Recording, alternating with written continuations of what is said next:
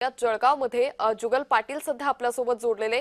जुगल, जळगावमध्ये आपण गेल्या काही दिवसांपासून पाहतोय सातत्याने उन्हाचा पारा वाढतोय, ज्याचा परिणाम शेती पिकांवर होतोय। मका पिकाला काल आग लागल्याची घटना समोर आली होती। जळगावमधली कशा पद्धतीने उन्हाची स्थिती आहे?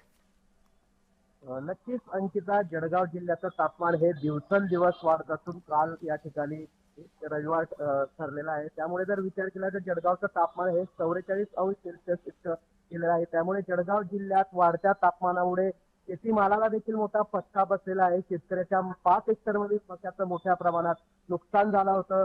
जळगाव जिल्ह्यामध्ये दिवसेंदिवस तापमान वाढत असून जळगावचे रस्ते हे दुपारी 12 नंतर निर्मनुष्य होत आहे। जळगावचे जिल्हाधिकारी रोहन घोगे यांनी नागरिकांना आवाहन केलं आहे की कोणीही विनाकारण या ठिकाणी घराबाहेर पडू नये, जास्तीत जास्त पाणी प्यावे, ओआरएसचा वापर करावा, शीतपेयाचा वापर करावा।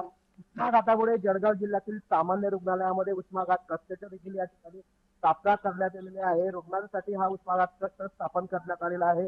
जळगाव जिल्ह्यामध्ये दिवसेंदिवस या ठिकाणी तापमानाचा पारा वाढत असल्या कारणाने जनजीवन हे कुठेतरी विस्कळीत झालेलं आहे। आगामी काळात देखील जळगाव जिल्ह्याचं तापमान हे वाढणार असल्याचा अंदाजा हवामान तज्ज्ञांनी व्यक्त केला आहे व राज्यातील सर्वात हॉट सिटी म्हणून जळगाव जिल्ह्याची ही ओळख आहे। दिवसेंदिवस जळगाव जिल्ह्याचं तापमान हे सध्या वाढत आहे अंकिता।